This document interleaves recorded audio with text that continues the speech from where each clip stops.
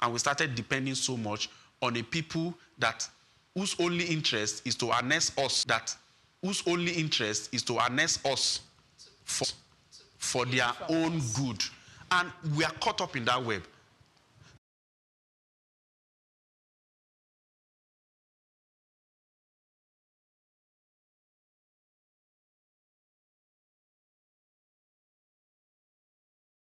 We have the population.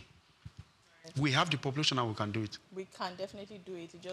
We just need to sit down, reduce some of these bottlenecks, and also reduce our dependence on the West. Interesting one there. But before we get into policies, partnerships, and the road ahead, as we're preparing to wrap up the conversation, we'll take a quick break, so that we can come back, talk about policies, partnerships, the road ahead for us, and what to look out for on this conversation, talking about Made in Nigeria. We'll be back right after this break. Do stay with us.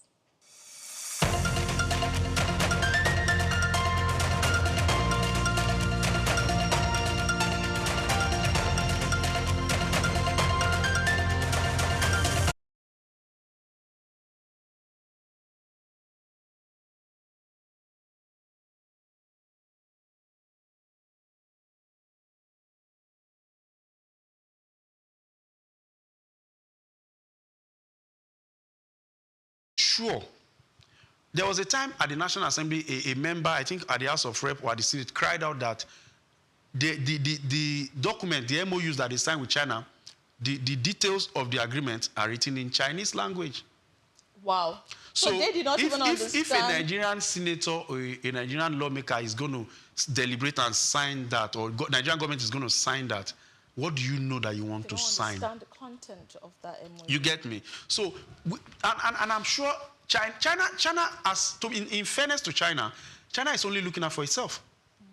Whatever China is doing, China only cares about China. Forget the aid they come to give here. So let Africa also look out for itself. Let Africa only care about Africa. It will be a crime. It will not be a crime when Africa start doing it. When it's not crime, when Europe, America, and China did it, or they are still doing it. If Africa goes to a level where we say, okay, we have this and this, before you can come, you must do this and this, and we must get this anti-commerce or anti-globalization, because I know that's how they want to coin it. You get? Yeah. Let us own it, yes, even if we're anti-globalization, but the resultant effect of it will be that it will be working for Africa. So policy-wise, government should be conscious enough when they are signing those deals to make sure that we do not sign ourselves off, sign our resources off. That's one. Secondly, we need to have selfless leaders. At the policy level, we need to have selfless leaders. Leaders who will not be looking for safe havens. Because sometimes when our leaders run abroad, what they go there to do most times is to look for safe havens, where if he casts today, they don't take off, they don't go. Because, see, it doesn't make common sense. If Africa is so good, Nigeria, for instance, is so good for you to be at any leadership position. But that same Nigeria is not good enough for you to serve your holiday, observe your holiday. That same Nigeria is not good enough for you to consume its goods, its products. That same Nigeria is not good enough for your kids to go to school. That same Nigeria is not good enough for you to go for health care. Then something is wrong. So it means you're looking for safe havens somewhere else. You get me? So we need to have selfless leaders. That's second one. And then thirdly, we have to go back again to what's the best way to govern ourselves? Okay. Because globalization brought a lot of goods, but it also left a lot of hills at the feet of the African continent. You get? It seems as though it only was coined out or designed to help the West and China, but put us, in fact, at the beginning, I don't think it was even designed for China. China fought its way through and became what it is today. So with all apologies to them anyway, I've been putting them in that bracket as though they are like the enemies from the beginning, but they only found themselves also at the point where we need to also fight for ourselves, because this West, they are not for us. Until tomorrow, you can see the West, anytime they speak, they don't really speak for China. You get?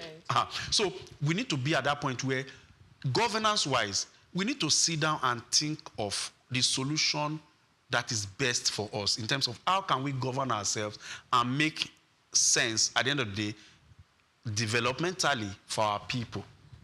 Because I personally believe when you govern yourself with the wrong system, you speak the wrong language, you sell off your culture, you sell off your values, you can't make anything, whether industrially, whether health-wise, whether tech-wise. You will only, every move you make in all of this, you will only be speaking the language of the master on the other side. So it's been an insightful one. Key things that I've been able to point out is the fact that we need to have a mentality shift, a mindset shift. We need to also, build and have a healthy competition amongst ourselves. Our leaders, the policies they sign, they need to be deliberate about it, amongst a few other things. It's been a very insightful conversation with you today, talking about Africa's, made in Africa, how our local industries can push the continent towards economic growth in the next decade. Thank you so much for joining us, Ikechukwu Oyemike.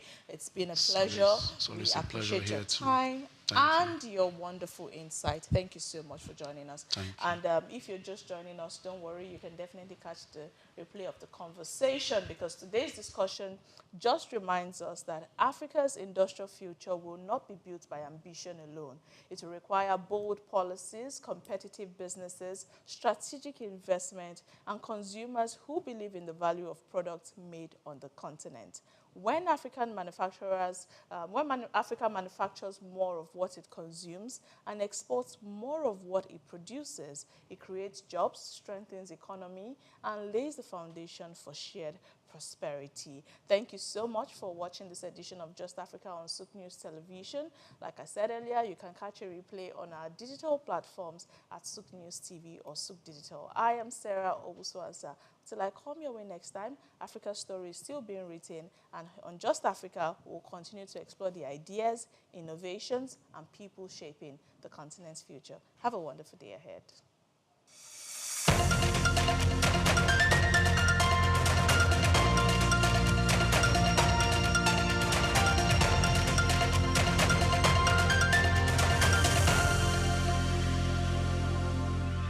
We've got just what you need right here at Femi Wash Media. Call it the Midas Touch, and you wouldn't be wrong. Let us record, produce, mix, and master your audio like nobody does. Reach us on our contact today for the best quality job.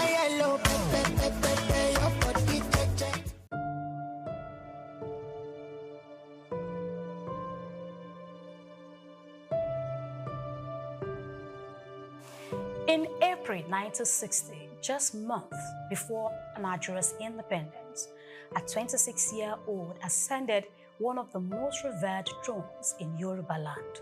His name, Oba Sikiru Kayode Adetona. His reign, almost 65 years. His legacy, a modernized crown, a globalized culture, and an unwavering voice for truth.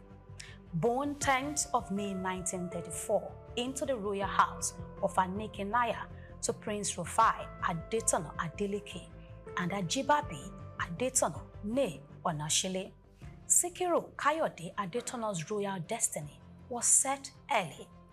He attended Baptist School, Ereko, in 1943, Ogbere United Primary School, and Ansarudin School, Ijebu-Ode, before enrolling at Oluiwa College, now Adeola Odutola College, from 1951 to 1956. He later worked briefly in the audit department of the Western region in Ibadan before leaving for the United Kingdoms in 1958 to study accountancy. But history had other plans. On the 2nd of April 1960, he was installed as the 58th Awujale of Ijebu land, taking the regnal name Ogbagba Agbotewole II. Young, confident, and stepping into leadership just as the new Nigeria was emerging, marking the beginning of one of the longest and the most consequential reigns in Nigeria's history. Despite his demanding role, Oba Adetona maintained close family ties. He was married and blessed with children. who were raised in the blend of royal tradition and modern education that defined his worldview. Known to be a devoted family man, he valued privacy in personal matters, but ensured his children had opportunities for education both within and outside Nigeria. Socially, he was at ease in multiple worlds, equally comfortable in palace courts, university lecture halls, diplomatic gatherings, or informal community events. He cultivated friendships across business, politics, and academia, yet was deeply rooted in his hometown, often mingling with his people during festivals and communal projects. The coup that saved a king.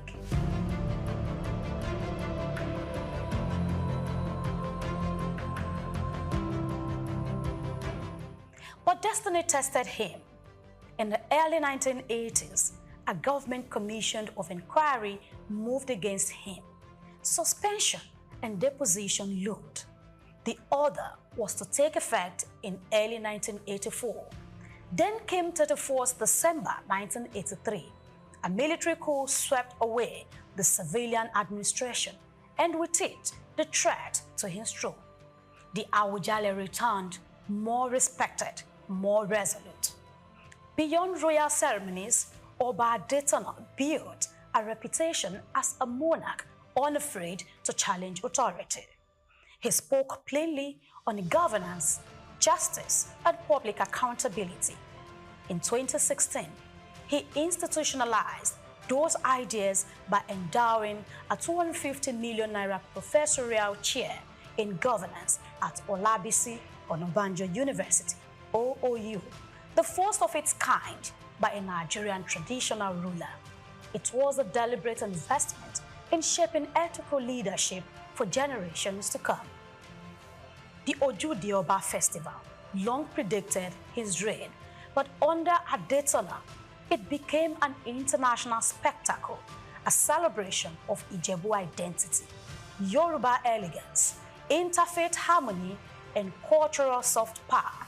It drew politicians, captains of industry, global tourists, and the diaspora to Ijebu each year, making it both a cultural statement and an economic engine.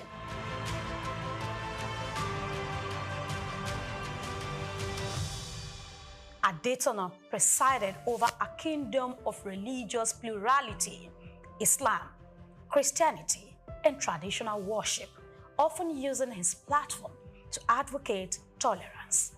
Though a devout Muslim and president of the United Muslim Council, he regularly attended Christian events and encouraged interfaith harmony. And now, the final chapter.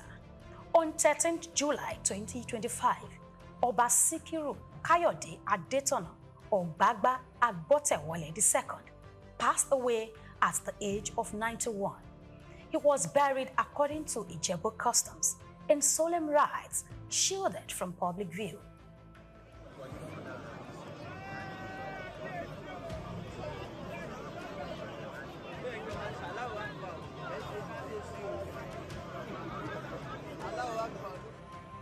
Attention now turns to succession and the weight of following one of Nigeria's longest-serving traditional rulers.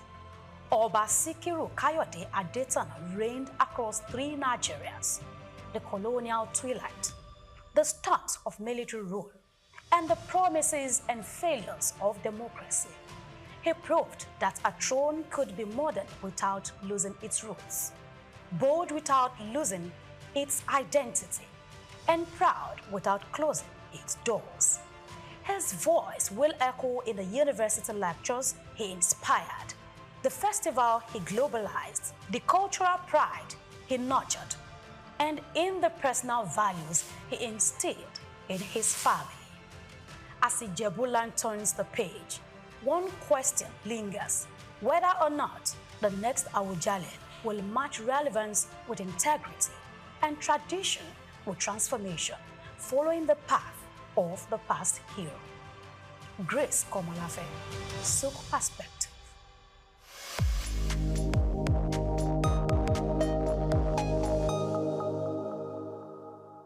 Afrobeats is a classic overnight success story, except it didn't happen overnight. I'm happy to be here. One of the key things about the Omniverse is that it's designed to go beyond an event and designed to be fully something that people can engage beyond the summit. The point being that Nigeria has so much to bring to the world in terms of these things, but we will be bringing fresh energy, fresh ideas, a fresh engagement, and we're obviously open to collaboration. But hip-hop, it never dies. What's the difference between Thor and Shango? Thor is approaching $50 billion in revenue. Shango's broke somewhere outside Lagos. And that's a lack of imagination on our part, Africa, and they're all Nigerian. So to be seen and to be noticed is very hard if you're not in the place where all the noise is being made.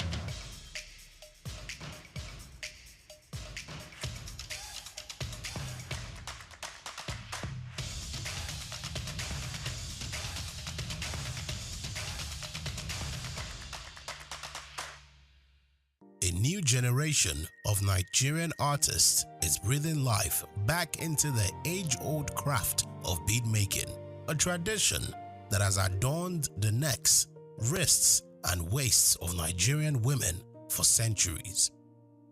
Beads have always held a significant place in Nigerian culture, symbolizing wealth, status, and identity.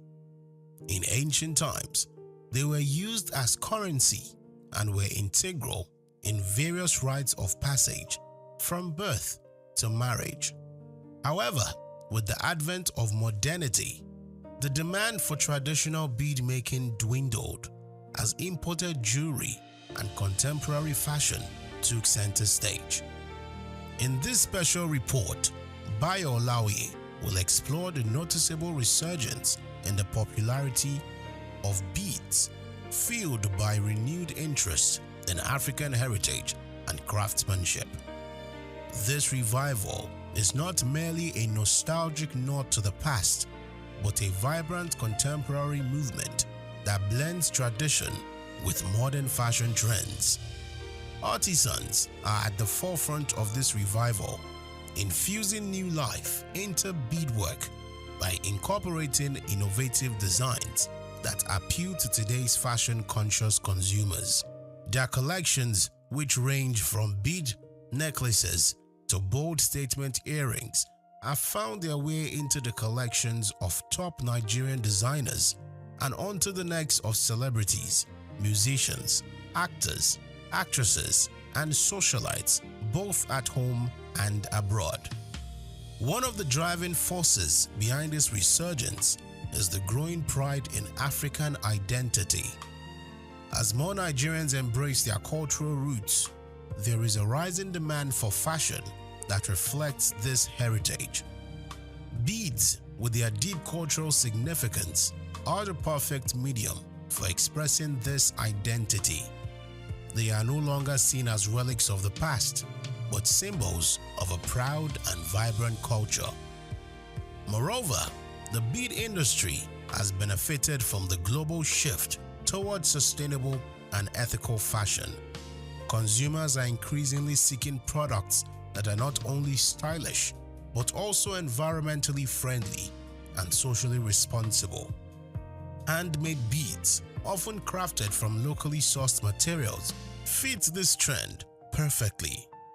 Thus, the artisanal nature of beadwork ensures that each piece is unique, telling a story of the hands that made it and the culture it represents. This renewed interest in beadwork has also had significant economic implications.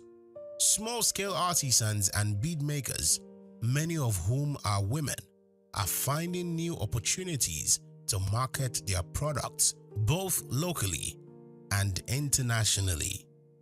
The rise of online platforms and social media has made it easier for these artisans to reach a broader audience, leading to increased sales and a more sustainable livelihood. Furthermore, the Nigerian government and non-governmental organizations have begun to recognize the potential of the bead industry as a tool for economic empowerment. Initiatives that provide training and resources to bead makers are helping preserve this craft, while also boosting the local economy. However, the resurgence of beadwork is not without its challenges. Artisans face competition from mass-produced, cheaper alternatives that flood the market. To survive, they must continually innovate and differentiate their products from these imitations. For many, this means striking a balance between preserving traditional techniques and incorporating contemporary designs. As Nigerian beadwork continues to gain recognition on the global stage, it is clear that this ancient craft is more than just a passing trend. It is a testament to the resilience and creativity of Nigerian artisans who are redefining what it means to be fashionable in today's world. It is a reminder that while fashion may evolve, the cultural significance of beads remain timeless. The resurgence of beadmaking in Nigeria is a powerful reflection of the country's rich cultural heritage. It is a movement that honors the past while embracing the future, proving that beads are not just ornaments, but symbols of identity, pride, and resilience.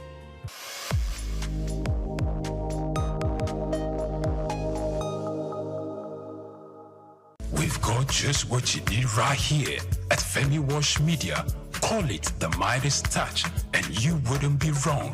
Let us record, produce, mix and master your audio like nobody does. Reach us on our contact today for the best quality job. Majek Fashek's 1991 album, Spirit of Love, was a groundbreaking success in Nigeria.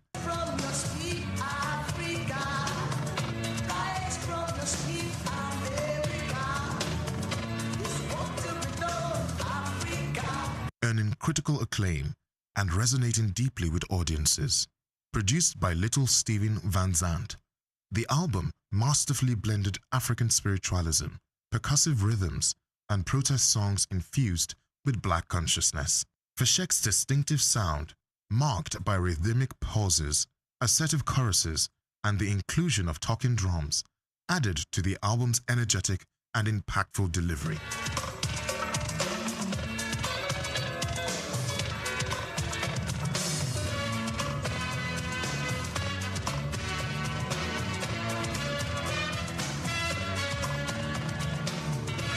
And spiritual struggle, reflecting the political and social climate of the time. The success of Spirit of Love, coupled with Fashek's tour alongside Tracy Chapman, cemented his place in the annals of the Nigerian music industry. In this music review and special report prepared by Bayo Olawe, we examined the profile, power, and legacy of Spirit of Love, a 10-track masterpiece that helped solidify reggae music's mainstream status in Nigeria in the early 1990s. The album opens with Beware, a wake-up call that urges Nigerians to remain vigilant against deceptive leaders and the manipulation of political power.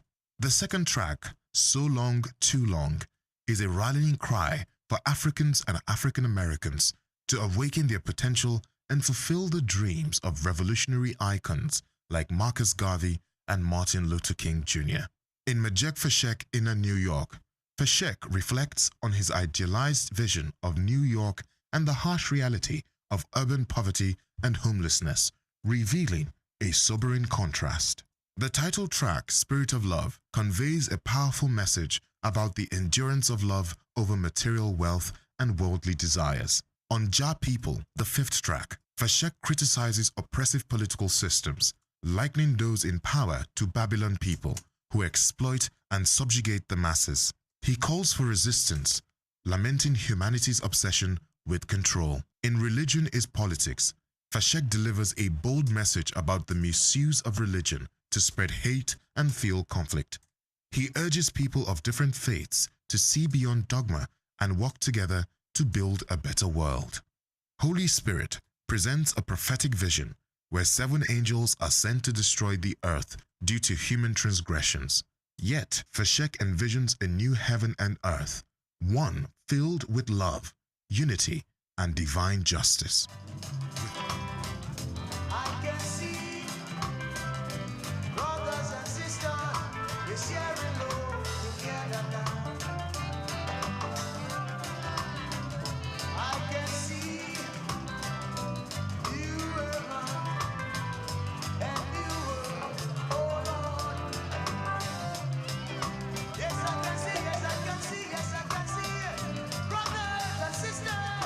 With Send Down the Rain, Majek draws on the metaphor of rain as a reward for diligent effort.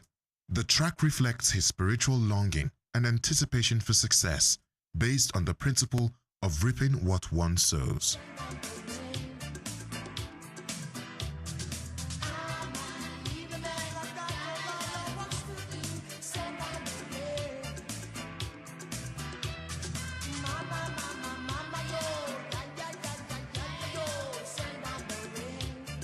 I'm Not Tired reaffirms his unwavering commitment to spreading God's message. Here, FSHEC expresses spiritual resilience and praises the goodness of God, refusing to grow weary. The album closes with I Come From the Ghetto, a powerful reflection on the struggles of ghetto life, child abuse, government neglect, and hardship. Yet, FSHEC celebrates the strength of these communities, invoking figures like Nelson Mandela, Jesus Christ, and Marcus Garvey as examples of greatness emerging from humble beginnings. He reminds us of the universality of these struggles across Nigeria, the US, and the UK. With Spirit of Love, Majek FSHEC delivered a masterclass in artistry and advocacy. The album remains one of the finest reggae albums to emerge from Nigeria, exploring themes of love, peace, unity, corruption, self-awareness, revolution, spirituality, and racial equality. The perfect blend of traditional percussion, particularly the gong-gong and electric guitar, gives the album a timeless edge, merging the soul of Africa with global reggae rhythms. Spirit of Love is more than just an album. It is a cultural artifact, a sonic protest, and a spiritual message. It elevated Majek FSHEC as a voice of the people and established reggae not just as entertainment in Nigeria, but as a force for awareness, resistance, and healing. Its enduring legacy is a reminder that music, like literature, can move a nation, challenge its leaders, and inspire its people. I'm Moyosore Adebi for SOUQ News TV.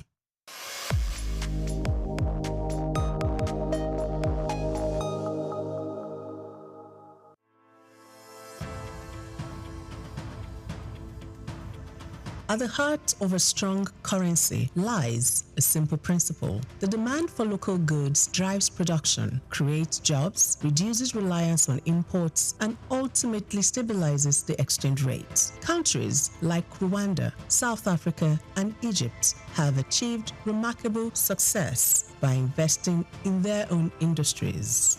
Rwanda has built a textile industry that competes with foreign imports. South Africa has developed a powerful automobile sector, and Egypt has excelled in agribusiness exports. These nations have strengthened their currencies by prioritizing local production, consumption, and exports. Nigeria, with its vast resources, stands at the threshold of a similar transformation. When Nigerians buy locally made products, fewer dollars flow out of the country for imports, preserving foreign exchange reserves. As local industries become more competitive, they can also expand exports, particularly under the African Continental Free Trade Area, bringing in foreign exchange and strengthening the naira.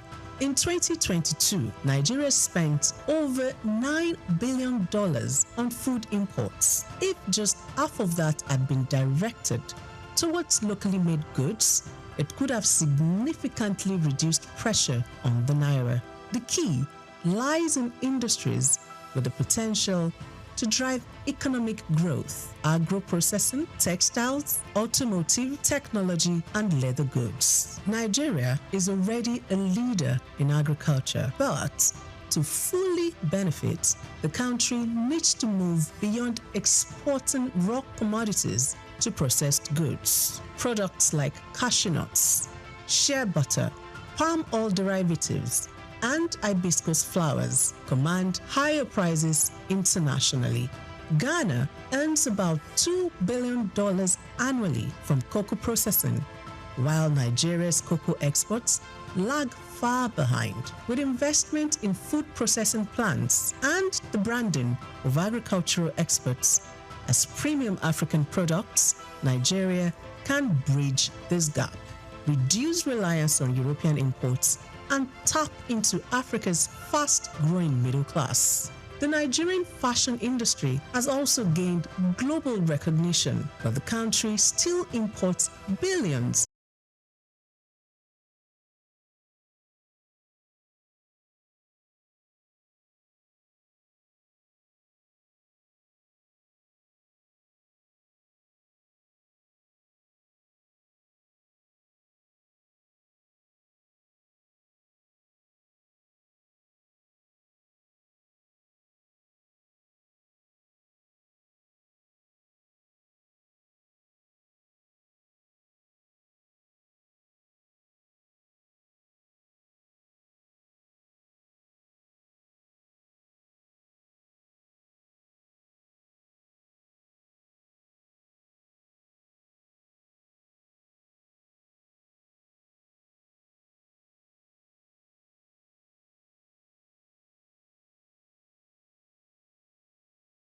operational efficiency. The agency has restructured its sales department, introducing roles such as cluster managers for the senatorial districts, area coordinators for the local governments and local council development areas. This restructuring enhances grassroots presence, expands access to enrollment points, and simplifies administration processes across the state. Healthcare providers are also being trained in line with the executive order, and the next phase of enforcement will focus on provider compliance. Providing update on implementation of the Governor's Executive Order, Technical Assistant to the Permanent Secretary, Dr. Nifesimi Akinagbe.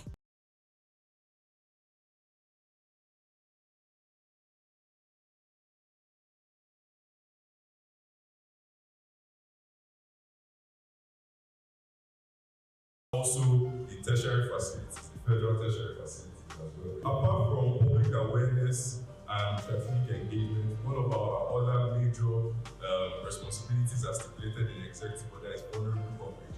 So individuals that cannot pay for a dairy, they cannot afford it. The government has made provision, and that's what we call the equity fund. And this equity fund has been increased from 1 billion to 3 billion in 2025, if I'm not mistaken. And currently we do what we call town halls. For individuals that have been enrolled under the equity fund, we go into the communities and conduct what we call the town halls in order to get feedback in terms of service delivery. And of course, from my presentation so far, you've seen that apart from the area being mandatory, we are so big on quality. The Lagos State Health Management Agency makes sure that we are giving care that is qualitative enough. And one of the ways we can know that the enrollees are receiving quality care is through feedback. And that's what we get through these our town halls. To tackle affordability, Lashma also introduced Ilera Eko Easy Pay, a mobile wallet system that allows residents to save gradually towards health insurance premiums. Okay, yes, interestingly, it's a child of necessity. Residents are asking for flexible options of payment. Things are changing drastically, so we needed to respond to provide an initiative that can avail people the opportunity to pay small, as we say. So they will pay money into their electronic wallet in conjunction with our partners. And when this amount of money completes the full premium, for instance, 15,000 for an individual, they can be activated and they can access care at the hospital end. There are other benefits that we'll be introducing as we get started, but we need to take it in phase by phase. So as we get started now, make your instrumental payment. When it completes, you can access care. continue your wallet savings, and then you can get interest on that savings and much more benefit that will be coming the ways of negotiations as we continue to deepen the opportunity for this electronic wallet payment. You have the opportunity to save gradually within a period of 3 months. You can save up to 15,000 naira and then we would activate for an individual plan. If you can save up to 55,000 naira for a family of 4, father, mother, and 2 dependents, you will be activated. If you can save 80,000 naira for a family of 6 within the space of 3 months, you will be activated. Terms and conditions do apply to these, but this wallet is an electronic wallet. You'll be able to view from your phone once you put this wallet in conjunction with our financial and tech partners. That money is strictly for Indira Eco. But however, we will allow you the opportunity to be able to also use your savings such that you can also earn interest on that savings, but particularly for the purpose of health insurance. Beyond policy announcements, the Parley also celebrated young minds through the Ilera Eco Essay competition, designed to raise awareness on healthcare, insurance, and universal health coverage. The competition attracted 731 entries, with winners emerging in 4 categories. In the Little Health Champions category for primary 4 to 6 pupils, winners received prizes ranging from 50,000 to 100,000 naira. The Young UHC Advocates category for junior secondary students offered prizes up to 150,000 naira. For the Future Health Leaders category, open to senior secondary school students, top winners received up to 200,000 naira. And in the UHC Innovators category for undergraduate and youths, the star prize stood at 250,000 naira. Winners were also decorated as Ilera Eco advocates, charged with promoting healthy living and health insurance awareness in their communities. Ilera Eco is a scheme. Their idea is to make healthcare quite affordable and of a good quality to the residents of Lagos State.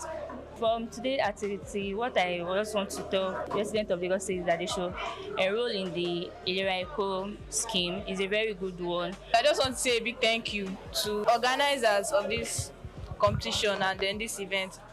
Thank you for honoring me with this award. I really, really appreciate it. I felt excited, I felt motivated, I felt thrilled because something to keep me motivated that success is not something that comes easily. It requires energy, requires consistency. I feel excited because I didn't expect this opportunity. I'm very happy so much. They are good to help family about debit. It helps family save money. From policy enforcement to youth advocacy, from financial innovation to public engagement, the event reflected a clear message. Health insurance is no longer optional awareness. It is becoming a social responsibility. As Lagos continues its push towards universal health coverage, Lashma says transparency, collaboration, and innovation will remain central to building a healthier state.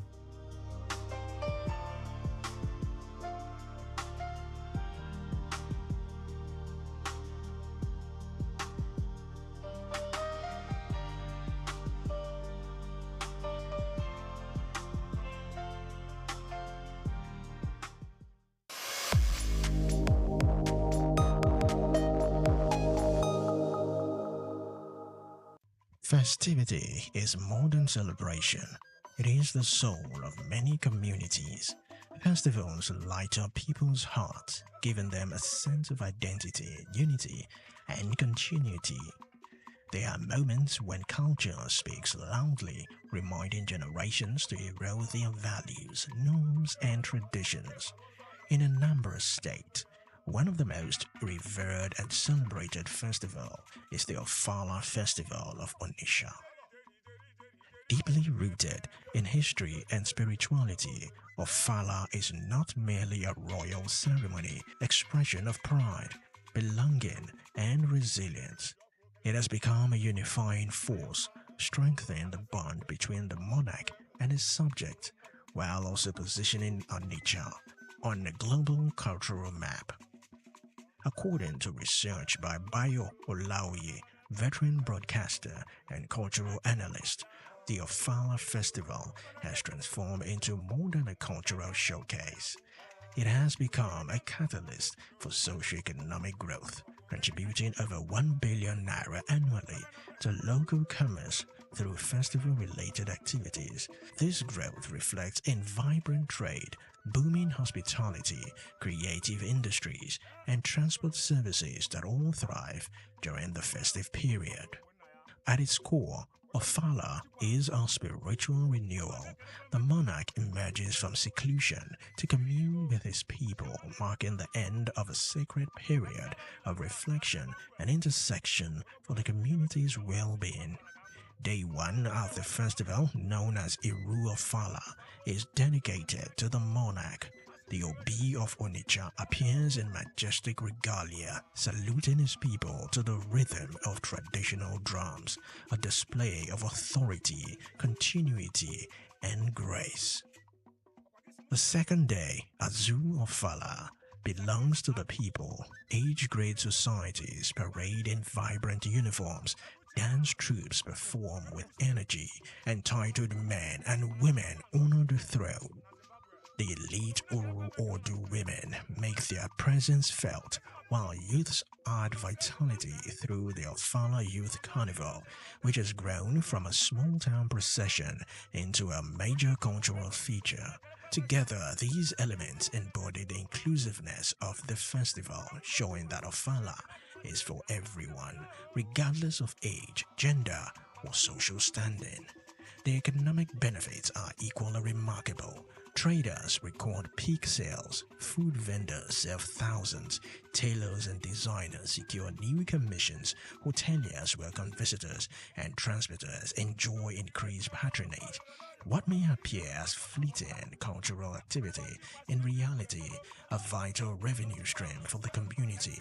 Beyond the festival, the momentum continues through initiatives like Onitsha Development Fund, which support entrepreneurs, women, and youth, helping to sustain cultural and economic growth all year round. For women play a central role, from the culinary teams that cater for guests to the Oru Odu women who showcase elegance and tradition. Their contribution kept the spirit of the festival alive.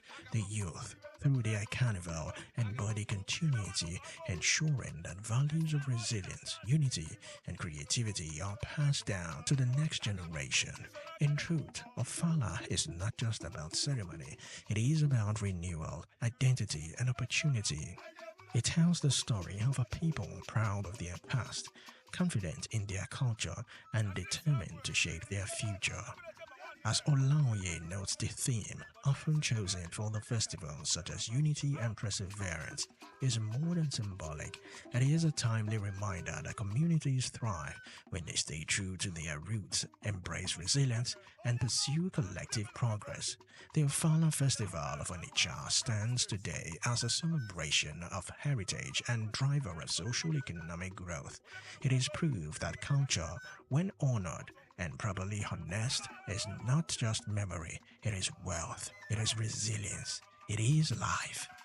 Ofala Onitsha, a tradition renewed, an economy strengthened, and a people united. Olumide Shokoya reporting for SOUQ News Television.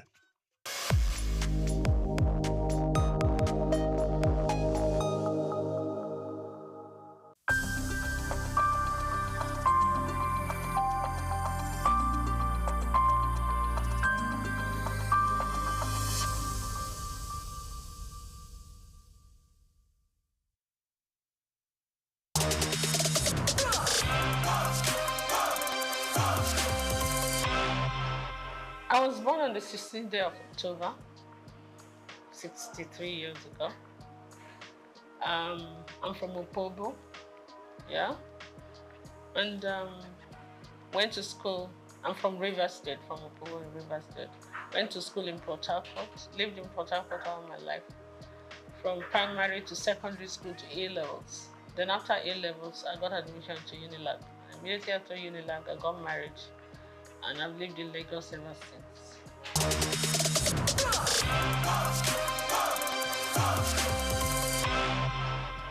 Well, it was fun for us because me and my husband were very young. My husband was 25, I was 21 and all that. But we learned on the job.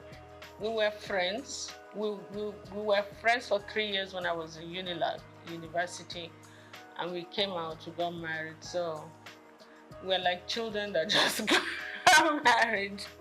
But I had my parents. My parents were his very good friends. So when I get naughty, he would report me to my parents. When I didn't know these kind of duties were demands of somebody's wife, they would tell me this is my responsibility. I'm like, no.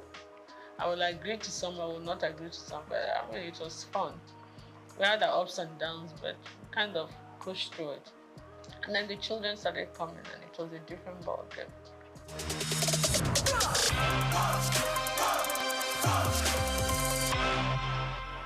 You know, when you come from that kind of family, it's like part of your system. You don't really regard it as anything anymore.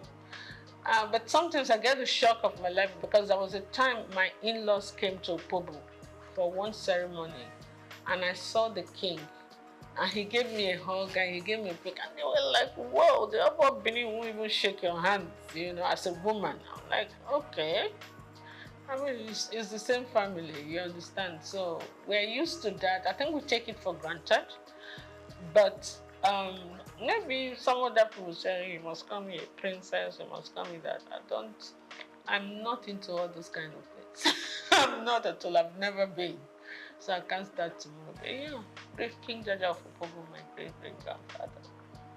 And my children, when they studied it in school, they went to Corona school. When they studied, came, Mom, we're telling our teacher and our classmates that this King Jaja of Opobo, they told them about King Jaja of Opobo in school. And they said, that's my mommy's great-grandfather. Like, whoa, no, it was like a big deal to them. For us,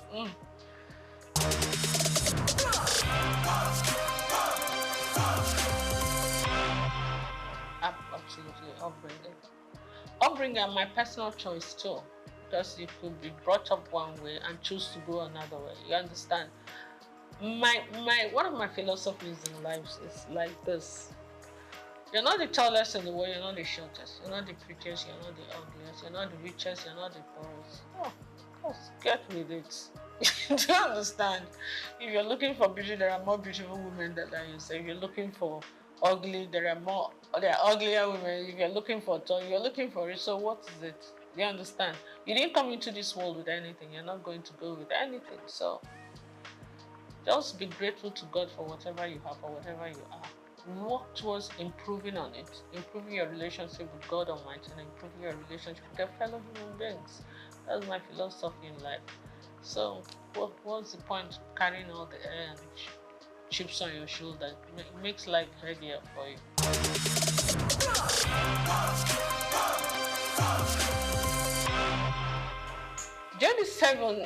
Seven is my favorite number. It's a number for perfection, and I was born on the 16th of October. My star sign is Libra. We're always looking for perfect balance in everything. It's just an influence from the horoscopes, I'm told. But J is my husband's name, D is my name, and 7 is my favorite number. Lazy way of forming the name of a company, isn't it? So I did, and it stuck. And I knew I was going to go into couture, so that was it. Easy.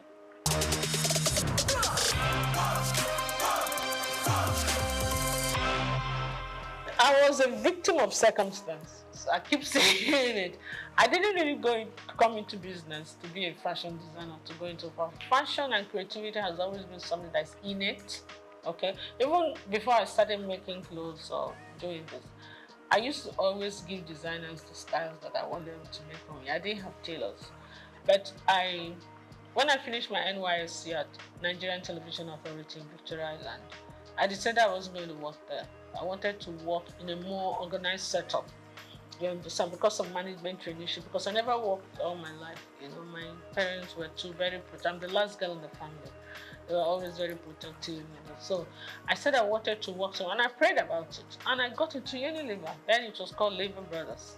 And for 5 years, but the intensity of work there became a bit much for me because I was a young mother. I had 2 kids then.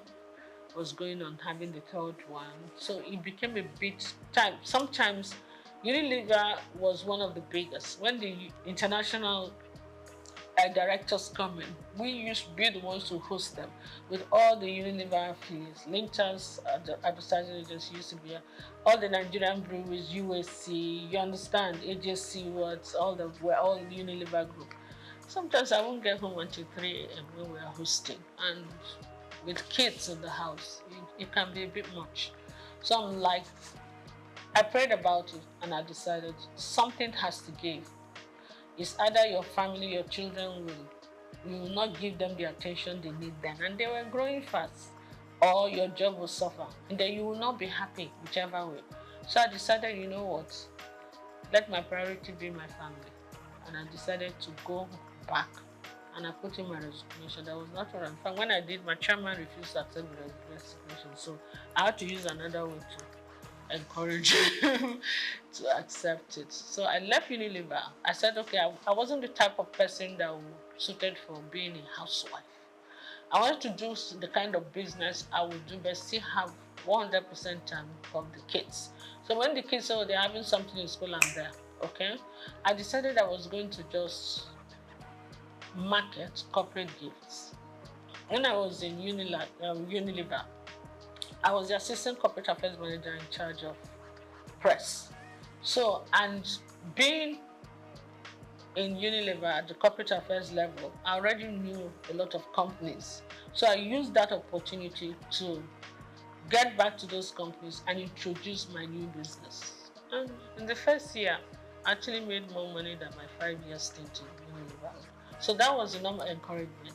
You make more money doing your own business. You have more time for your kids, for your family, and for yourself. And you travel quite a bit because you have to go and buy the corporate gifts. So it was a win-win. Then, a few years down the line, the president, Olusegun Obasanjo, came in and said they were doing backward integration and they were going to stop the importation of all this corporate gift and a lot of other things. So we were actually forced to look inwards.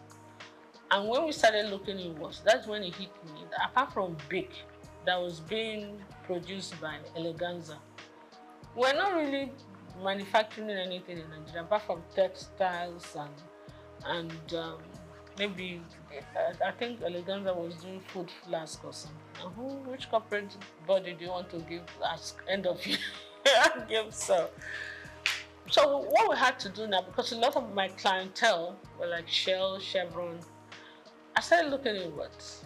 I said, okay, if I have to do something, I can do beddings, pillowcase trimmings, table covers, table placemat, napkins with fabrics like Ashok and Adira. I can do jute bags, you know.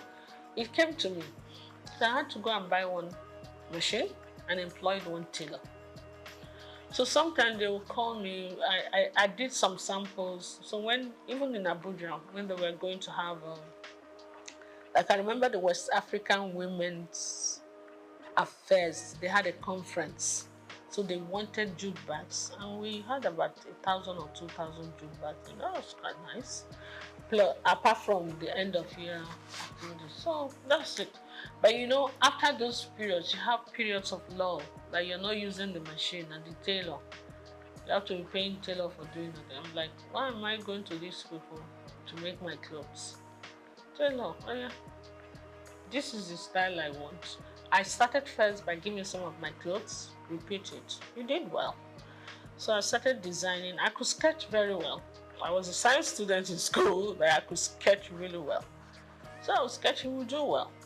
And sometimes when I wear the clothes and I go to supermarket, some women will just call me, hey, I really like this thing you're wearing. Please, where did you make it? I'm like, okay, I'll give you the address. I give them the address. They started coming.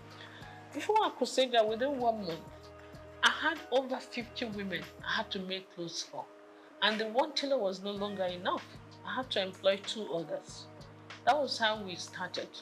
From 2 to 4, then I had a whole factory before you could see that. I started making school uniforms, started doing all kinds of things. And then some of the magazines, like Genevieve magazine, looked at me and like, are you sure you make this outfit? I thought you were a broadcaster. I thought you sell. I said, yes, I did. So I did some photo shoot session for her. And I modeled the clothes, actually. And whoa, I started getting calls from Paris, from the UK. I did DC Fashion Week. You know, I was just, and they will pay your ticket, pay your hotel, please come and showcase for us. Some will even say, please come and open the show for us. Some say, we want you to close this. I'm like, okay. There are places that I would never have thought of going to, like Burkina Faso. They will back me, the top fashion designers that would, when the Alfadi does this, they want every 4 years. Alfadi in Niger. The Niger government sponsors it. He calls all, including Elisab, every international designer, they will go, especially the Moroccan ones, those North African ones, Indians. So they invite one designer from each country. So they used to call me to come because of what I used to work a lot with Ankara and Ashok, and I do international acclaimed, how would I put it, couture outfits with Ankara, big hats, funny looking, structured clothes and all that.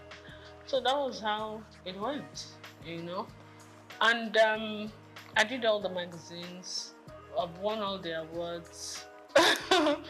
So after a while, you know, I started thinking of concentrating on exports. In the process of doing that, my husband took ill. After 2 years, we lost him. So when I came back home, I gave a lot of things a lot of thought. My kids were still in school. My daughter got married. She was in Australia already. And then my kids, my two boys were still in school. So I said, look, this fashion design thing is not going to pay school fees in pounds sterling and dollars. So I said to myself, you know what? Why don't you give the man hours to the industry, the family business that were yielding the most income? That was how I started kind of just saying, you know what, let me just minimize it a bit. My core clients were still coming. So I kept the tailors, my experienced tailors that worked with for years, I kept them. I kept few of them. And I kind of cut down on that business. I said, you know what, let me just go and face the family business and do this for the people who really know what I'm doing. And word of mouth goes. So I'm still doing that, but my priority is really not that one.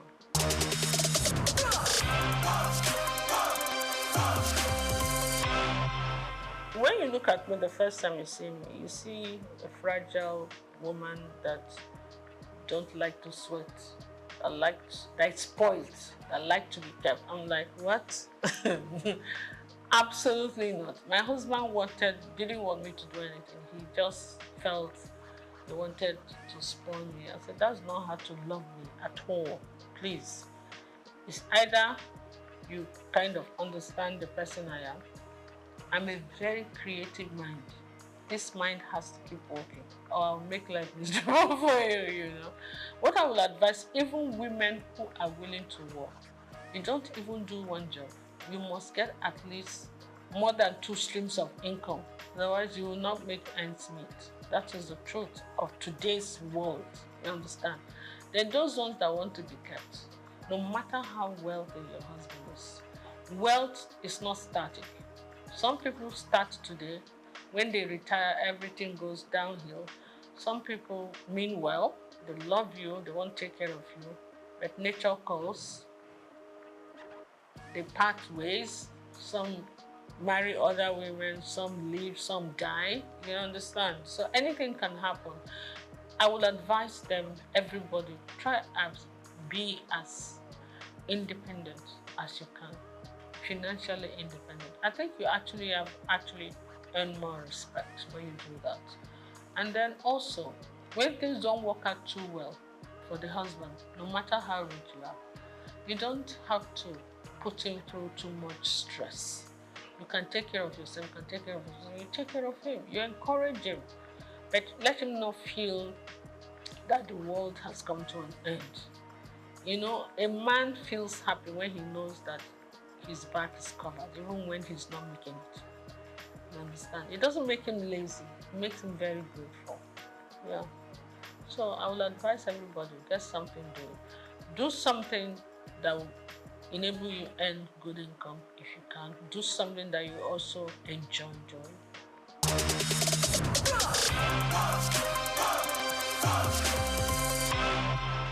I've always believed in garbage in, garbage out. Yeah? Garbage in is the stress abound. You cannot control that. But you can control your attitude towards stress. Stress is #1 killer and ages of everything in this world. It's your attitude to stress that you have to manage, and that depends on you. What you put in your mouth also depends on you. Your mind, your heart, your spirit, your soul. You have to be loving, you have to be forgiving, you understand? All that depends on you. So it's actually you that decide whether you're going to age gracefully or you're not. Forget about the genes first. It's true. You understand? Some people are so malicious. When you offend them once, oh my goodness. They will carry it in their chest and the chest will be expanding and they won't sleep well and they begin to have problems. Meanwhile, the person you're angry with does not even know you exist. It's crazy. So for me, it's just be free and take life easy. Take it as it comes. And always be grateful to God.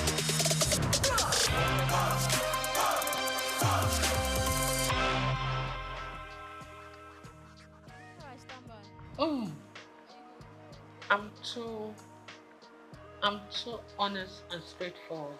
It's either I will be killed immediately or because I will tell you the truth no matter whose ask is God. I don't think I can play politics. I'm not a politician at all. I am a very straight shooter. I will tell you to your face when you're doing stupid things. That was my relationship with my mom, my dad, my husband. So most times, I'm the last girl in the house. So maybe when they were disciplining the first ones, by the time they got to my turn, they were a bit tired. So we could talk to my parents anyhow. But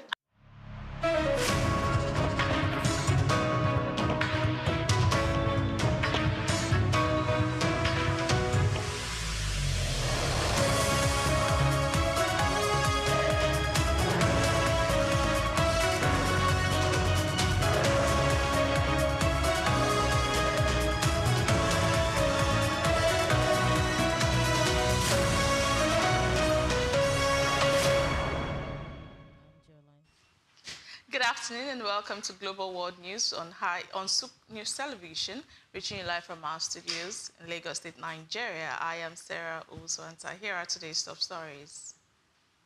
President Bola Ahmed Tinubu has praised security agencies following the rescue of 308 abductees from separate attacks in Kwara and Niger states. The Lagos State government has signed a memorandum of understanding to integrate Danfo buses into a regulated public transport system. Now, Africa's digital infrastructure drive has received a boost after the Emerging Africa and Asia Infrastructure Fund committed 82.8 million in the Democratic Republic of Congo. The President Donald Trump administration is expected to announce a 15% tariff and minimum price measures on products made from polysilicon. And in sport news, Nigeria women's national football team secured a dramatic place in the quarterfinals of the 2026 WAFCON after defeating Egypt women's national football team 6-2 in Rabat on Wednesday. We'll bring you details of these headlines and more stories in a moment.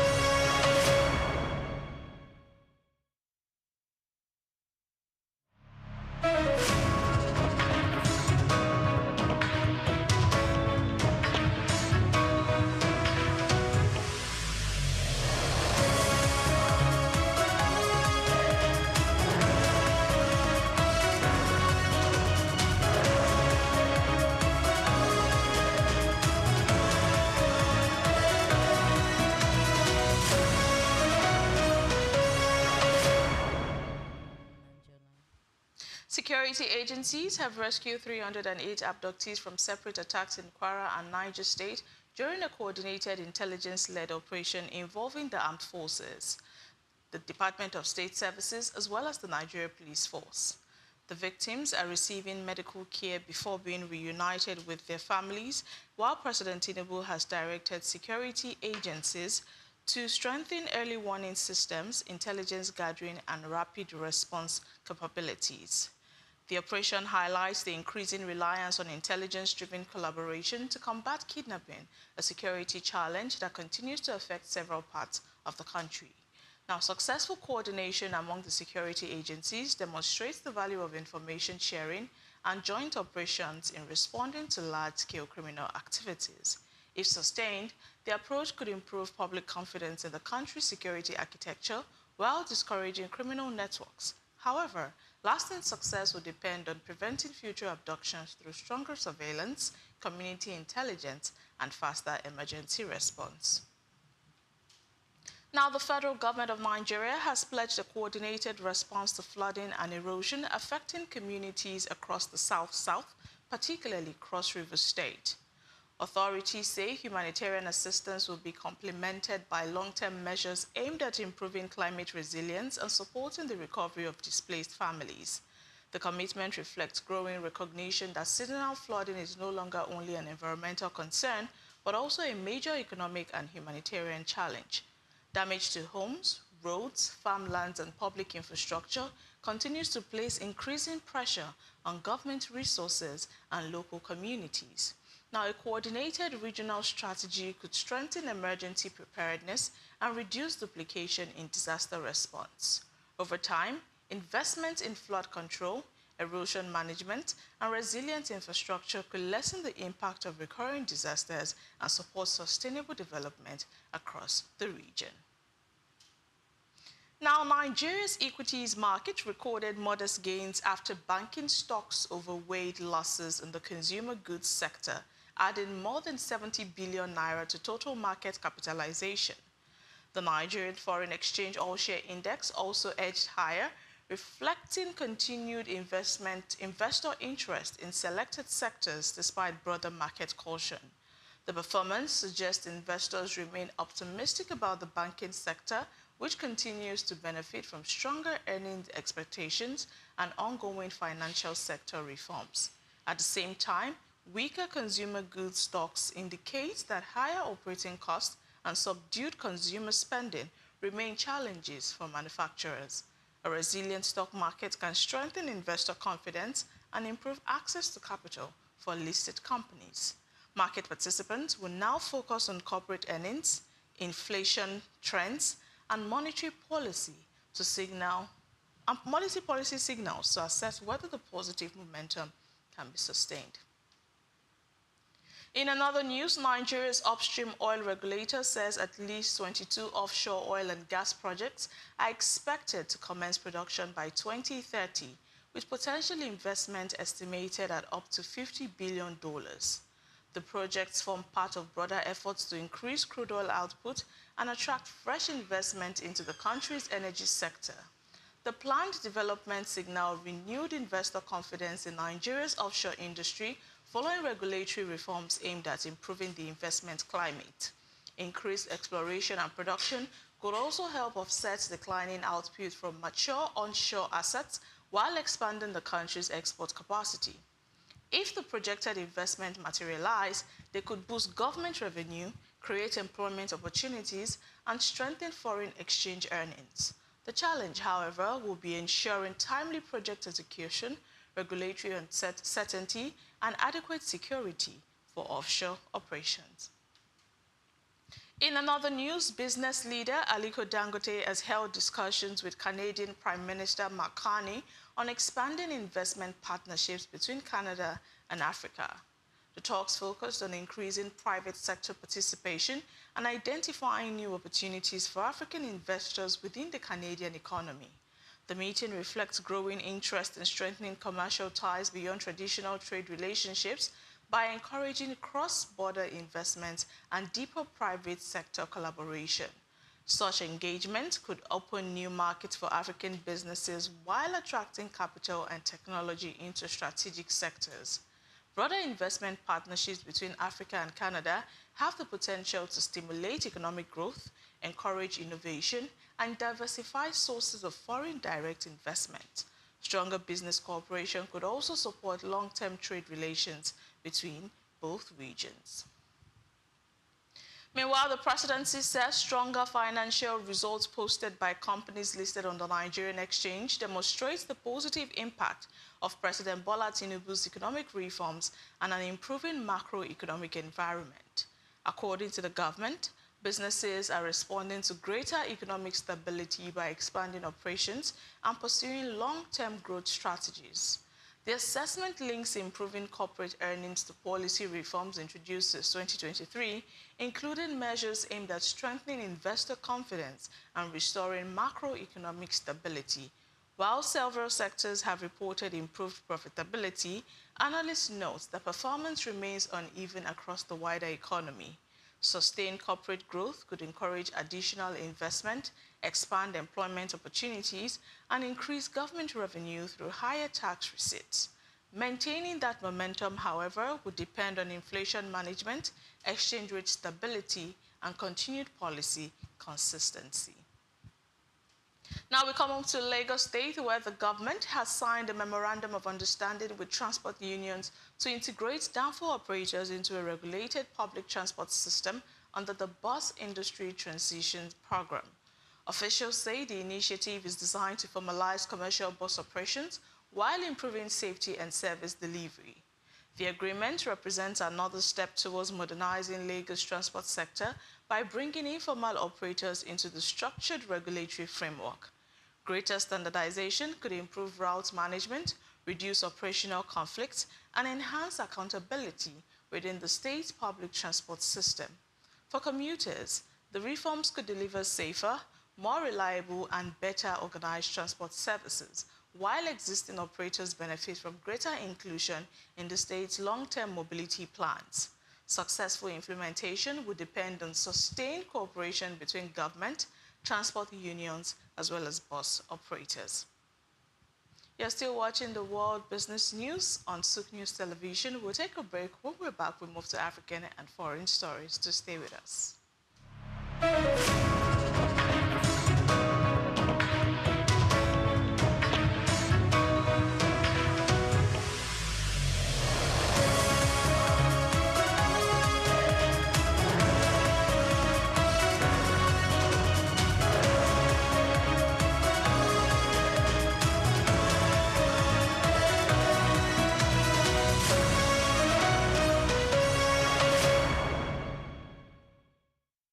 My name is Shino Ogbadegeshi. I'm the CEO of Gozi Micro Insurance. Continue to watch SOUQ News. Adenike Adeyemi, Executive Director of Faith Foundation. Keep watching SOUQ News. My name is Shepherd Michael Adewale Onofuye. I enjoy you all to always watch SOUQ News TV. Hey everyone, Majuli Obaje here representing Gigi. Keep watching SOUQ News, okay? Stay updated with SOUQ News. My name is Aton Kene. I am the head of MSME Banking. Please keep watching SOUQ News and stay glued to SOUQ News. I recommend that more and more people should watch SOUQ News because they deal with business news. Hi, my name is Amaka Wokolo. I am the director of the Faith Institute at Faith Foundation. Keep watching SOUQ News.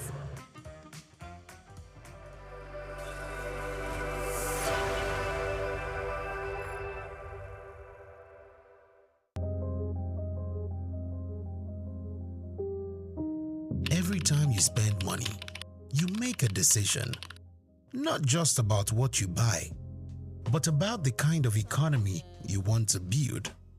When you support a local business, you help create jobs, you help families earn, you help communities grow. Small businesses are the backbone of our economy. They reinvest in our neighborhoods. They create opportunity close to home. Before you click buy or choose where to shop, pause and ask, is there a local option? Because strong local businesses mean stronger cities. Stronger cities mean a stronger nation. Support local. Build the future. This message is brought to you in the interest of economic growth and national development.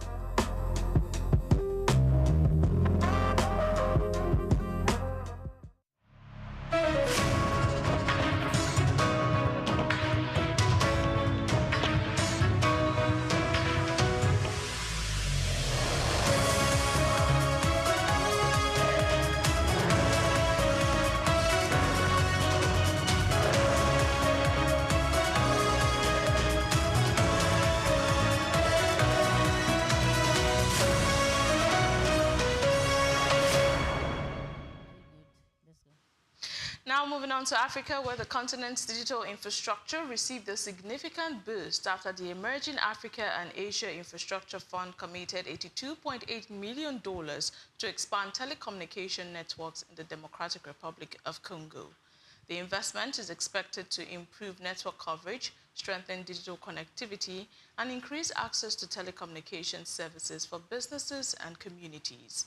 The funding reflects continued investor confidence in Africa's digital economy, where reliable connectivity is increasingly viewed as a driver of economic growth and financial inclusion. Improved telecommunications infrastructure could also accelerate digital transformation by supporting e-commerce, digital payment, and technology-based services. As internet penetration expands, businesses are expected to benefit from lower connectivity barriers, while governments could improve the delivery of digital public services. The investment also reinforces the role of private capital in addressing Africa's infrastructure gap and supporting long-term economic development. Reports of a proposed agreement involving Iran and Oman to help end the conflict between Iran and the United States have drawn global attention because of their potential impact on shipping through the Strait of Hormuz. Although no official agreement has been confirmed, the proposal could reshape access to one of the world's most strategic maritime trade routes. The Strait of Hormuz remains a critical corridor for global oil exports, meaning any change in its security or operational control could quickly influence energy markets, shipping costs, and international trade. Investors are closely monitoring developments as uncertainty continues to affect commodity prices as well as market sentiment. For oil importing nations, prolonged uncertainty could translate into higher energy costs and inflationary pressures. The outcome of the negotiations would therefore be closely watched by governments, energy companies, and financial markets seeking greater stability in global supply chains. Economists expect India's central bank to keep interest rates unchanged until at least December, as easing inflation reduces the need for immediate monetary tightening. The Reserve Bank of India also lowered its inflation projections after leaving benchmark rate unchanged. The decision suggests policymakers are prioritizing economic growth while remaining cautious about inflation risk. Stable interest rates could encourage business investment and consumer spending, particularly as global economic conditions remain uncertain. India's monetary policy outlook is important because the country remains one of the fastest growing major economies. Now, continued policy stability could strengthen investor confidence while supporting domestic demand and broader economic expansion. In the same vein, India has approved a $2.5 billion program to expand the production and distribution of compressed biogas as part of efforts to strengthen clean energy development and improve energy security. The investment is expected to expand production capacity while improving distribution infrastructure across the country. The program reflects India's broader strategy to reduce dependence on imported fossil fuels while promoting renewable energy sources. Now, increased biogas production could also support rural economies by creating new markets for agricultural waste and other organic materials. Over the long term, the initiative could reduce carbon emissions, strengthen energy security, and create new employment opportunities across the clean energy value chain. It also positions India to accelerate its transition towards a more diversified and sustainable energy mix. Now, Asian stock markets traded mostly lower as investors reduced exposure to technology shares ahead of the release of key United States employment data. Market sentiment also remained cautious amid uncertainty surrounding the Strait of Hormuz and its implication for global energy prices. The decline reflects growing investor sensitivity to economic indicators that could shape future interest rate decisions by major central banks. Strong employment data could reinforce expectations of tighter monetary policy, while weaker figures may encourage a more accommodative outlook. For global markets, the combination of geopolitical tensions, inflation concerns, and uncertainty over interest rates is likely to sustain volatility in the near term. Investors are expected to remain selective as they assess both corporate earnings and macroeconomic developments. Moving on to China, where the country's export growth is expected to moderate in July, following strong performance in the previous month, although demand for artificial intelligence-related products continues to support overseas shipment. Manufacturers are also believed to have accelerated export ahead of anticipated increases in United States tariffs. The outlook highlights the resilience of China's export sector despite slowing domestic economic momentum and rising trade tensions. Continued demand for advanced technology products is helping offset weaker performance in other manufacturing segments. The upcoming trade figures will provide an important indication of global demand and the health of the world's second-largest economy. Any significant slowdown could influence commodity markets, international supply chains, and broader global growth expectations. You're still watching the Global Business News. We'll bring you more stories in a moment. Do stay with us.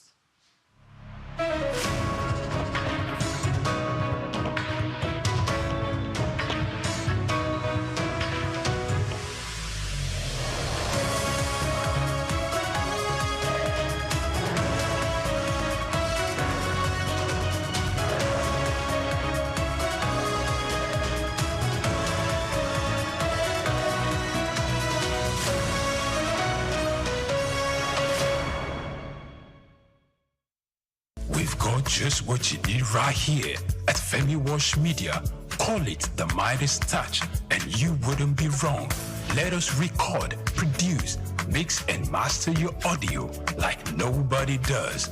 Reach us on our contact today for the best quality job.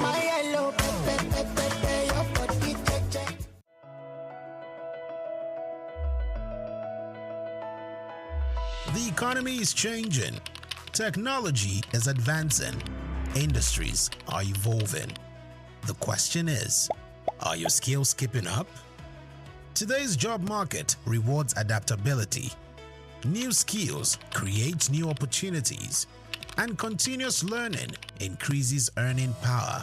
Whether it's digital literacy, technical training, financial education, or entrepreneurship, investing in your skills is one of the smartest investments you can make. Because buildings and machines drive development, but skilled people drive economies. Learn more, earn more, contribute more. Empower yourself, strengthen the workforce, build the future. This message supports sustainable economic development.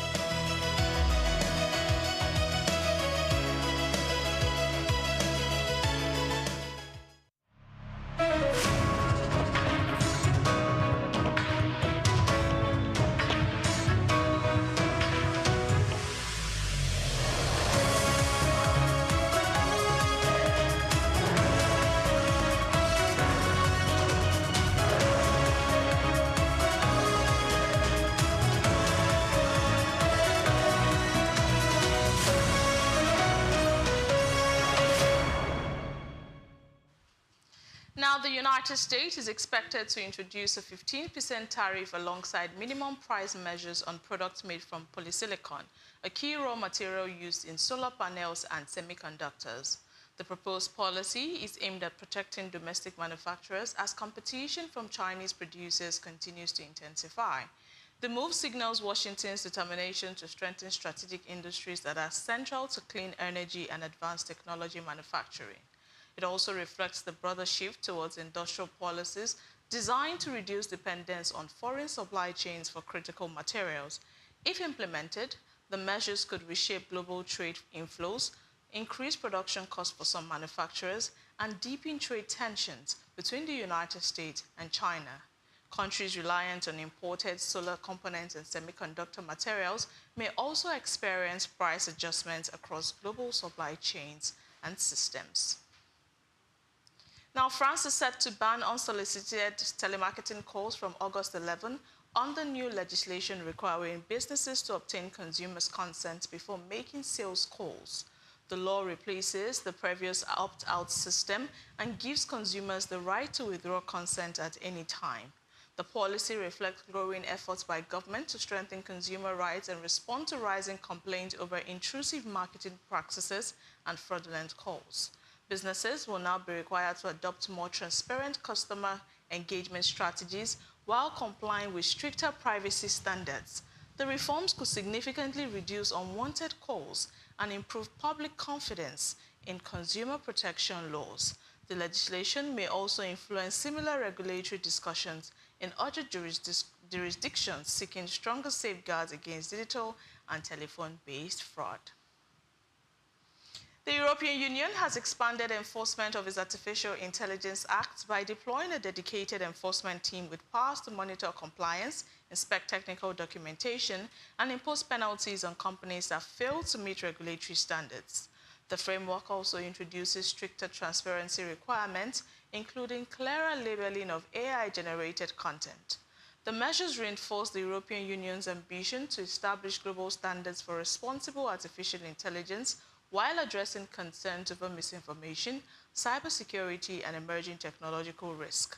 Companies operating within the European market will face greater scrutiny over how AI systems are deployed and developed. The tougher regulatory environment is expected to increase compliance costs for technology firms, but could also strengthen consumer trust in artificial intelligence. Now, as other countries consider similar legislation, the European Union's approach may shape the future direction of global AI governance. In Brazil, the country's central bank has reduced its benchmark interest rate by 25 basis points to 14%, marking its fourth consecutive rate cut as inflation continues to ease. Policymakers, however, stress that future decisions will remain dependent on incoming economic data. The latest adjustment reflects increasing confidence that inflation is moderating without significantly undermining economic stability. Lower borrowing costs are expected to encourage business investment and consumer spending, while supporting economic activity in Latin America's largest economy. If inflation continues to remain under control, further monetary easing could provide additional support for growth. Investors will nonetheless continue monitoring inflation expectations as well as fiscal policy to determine the pace of future interest rate reductions. Global oil prices edged higher as investors monitor developments surrounding the Strait of Hormuz and assess the potential impact of regional tensions on energy supplies. Concerns over shipping security outweigh the effect of rising United States crude inventories, keeping market shipments sentiment cautious. The continued uncertainty highlights the sensitivity of energy markets to geopolitical developments in the Middle East, where disruptions to major shipping routes can quickly affect global supply expectations. Even limited security incidents have the potential to trigger higher freight costs and increased market volatility. And now in sport news, Nigeria Super Falcons secured a place in the quarterfinals of the 2026 Women African Cup of Nations WAFCON after a commanding 6-2 victory over Egypt, with the result alongside odd outcomes in other group matches ensuring qualification to the knockout stage. The emphatic performance demonstrates the team's resilience after a mixed start to the tournament and keeps alive Nigeria's pursuit on an international and continental level. It also enforces the country's reputation as one of Africa's dominant forces in women's football. A successful campaign could further boost interest in women's football, attract greater investment in the domestic game, and inspire the next generation of female athletes. Strong performances on the continental stage also enhance Nigeria's profile ahead of future international competitions. And finally, Mohamed Salah has reportedly completed a move to Trabzonspor following the expiration of his Liverpool contract, where he is expected to play alongside Nigerian striker Paul Onuachu. The transfer is being viewed as one of the most notable moves of the current transfer window. The signing is expected to strengthen Trabzonspor's attacking options while increasing the club's international profile through the arrival of one of African football's most accomplished players. For Paul, the partnership could create new opportunities within the club's attacking system. Beyond its sporting significance, the transfer is likely to generate increased commercial interest, attract new sponsorship opportunities, and expand the Turkish club's global fan base. It also reflects the growing ability of clubs outside Europe's traditional elite leagues to attract high-profile football talent. And that's a wrap on the news this afternoon, but before we go, a quick reminder of our top stories.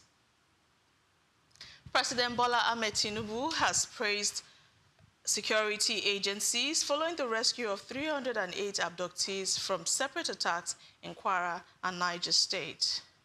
The Lagos State government has signed a memorandum of understanding to integrate danfo operators into a regulated public transport system.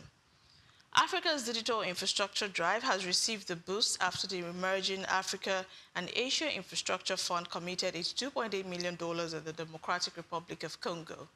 The President Trump administration is expected to announce a 15% tariff and minimum price measures on products made from polysilicon. In sport news, Nigeria women's national football team secured a dramatic place in the quarterfinals of the 2026 WAFCON after defeating Egypt women's national football team 6-2 in Rabat on Wednesday. Thank you so much for joining us. Remember to follow us across all of our social media platforms at SOUQ News TV and SOUQ Digital. I am Sarah Owusu-Anza. Good afternoon.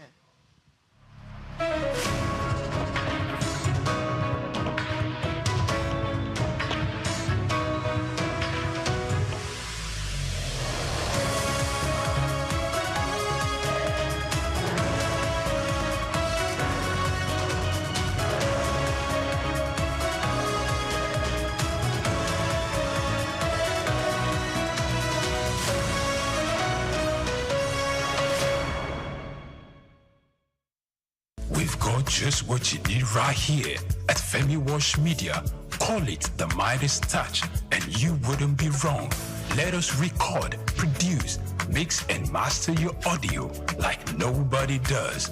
Reach us on our contact today for the best quality job.